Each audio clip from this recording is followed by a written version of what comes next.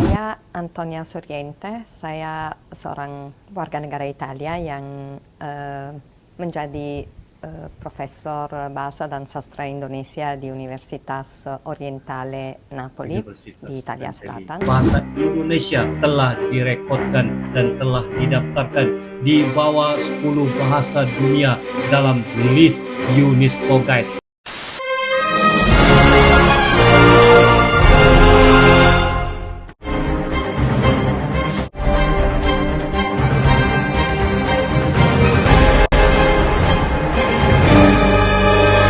Halo guys, welcome back to my YouTube channel. Assalamualaikum, salam sejahtera dan salam Nusantara semuanya.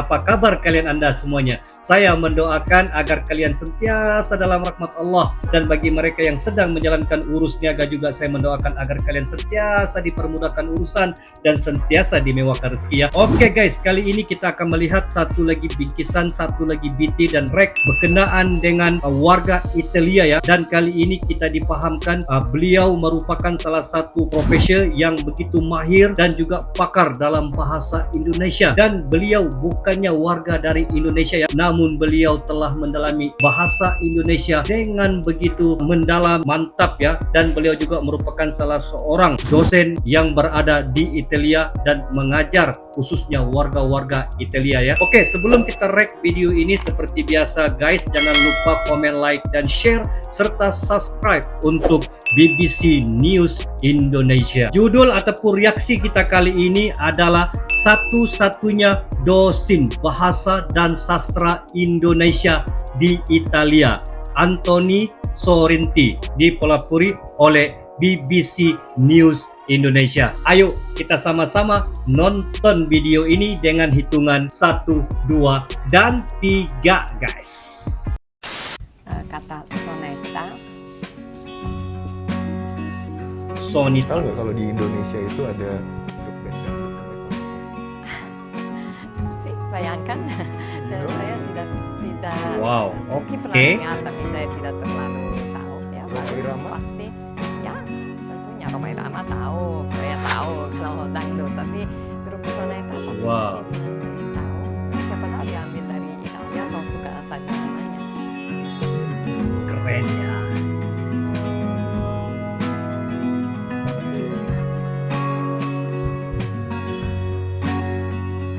Saya Antonia Surriente, saya seorang warga negara Italia yang menjadi profesor bahasa dan sastra Indonesia di Universitas Orientale Napoli di Italia Selatan.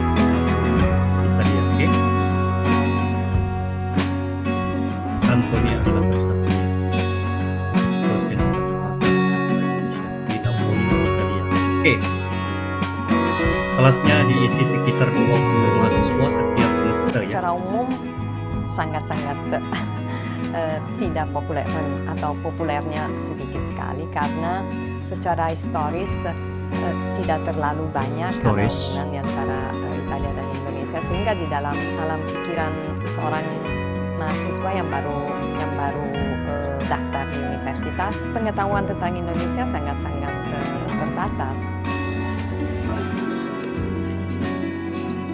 Oleh sebab itu, tidak menjadi pilihan utama studi para mahasiswa. Oke. Di Italia harus berjuang, harus berkompetisi dengan budaya dan bahasa yang jumlah peminat membludak seperti Korea.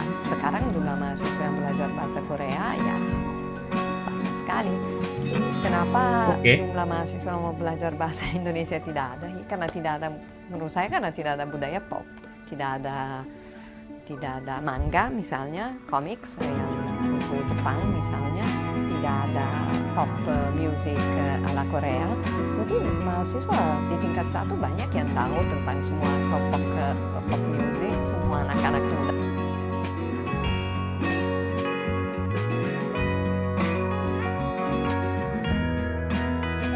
Ada satu kesulitan yang sering, ketika mempelajari bahasa Indonesia. Alright? Sistem fonetis Italia dan Indonesia mirip sekali. Jadi mungkin yang sulit, tidak ada yang sulit, tetapi misalnya orang Italia agak sulit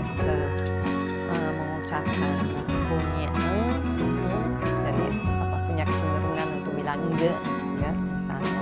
Jadi masih sekarang ada yang suka mengatakan bukan orang. Jadi ada yang suka juga Oke. memperbaiki cara saya mengungkapkan kata-kata.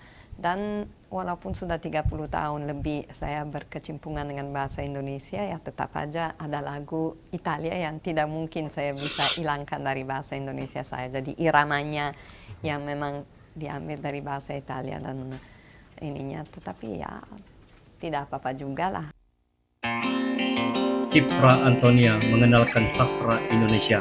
Ayo, juga dibahas jumlah media di Italia.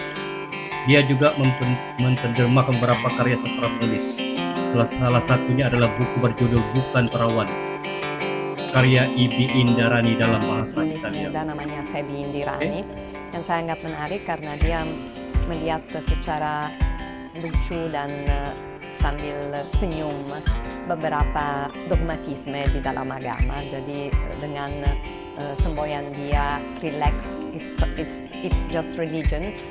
Saya pikir bagus untuk bisa melihat wajah lain dari agama. Jadi bagaimana juga penulis mengangkat tema-tema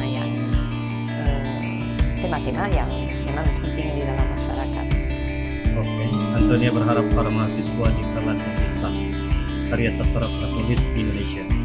Kesombongan untuk berpikir bahwa lulusan bahasa dan sastra Indonesia di Napoli tahu semua sastra Indonesia, tentunya tidak, tapi bahwa mereka sudah mempunyai pengetahuan dan bisa menyebut 2, 3, 4, 5, 10 nama penulis, penyair atau essays sudah cukup menyenangkan.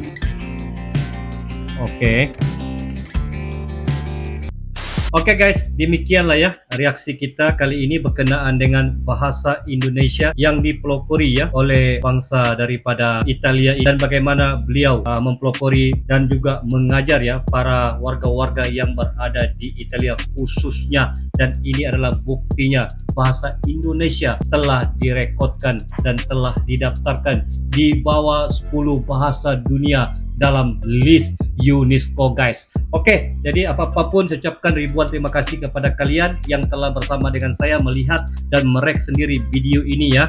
Dan untuk itu juga saya ucapkan terima kasih kepada Indonesia, terima kasih kepada Malaysia.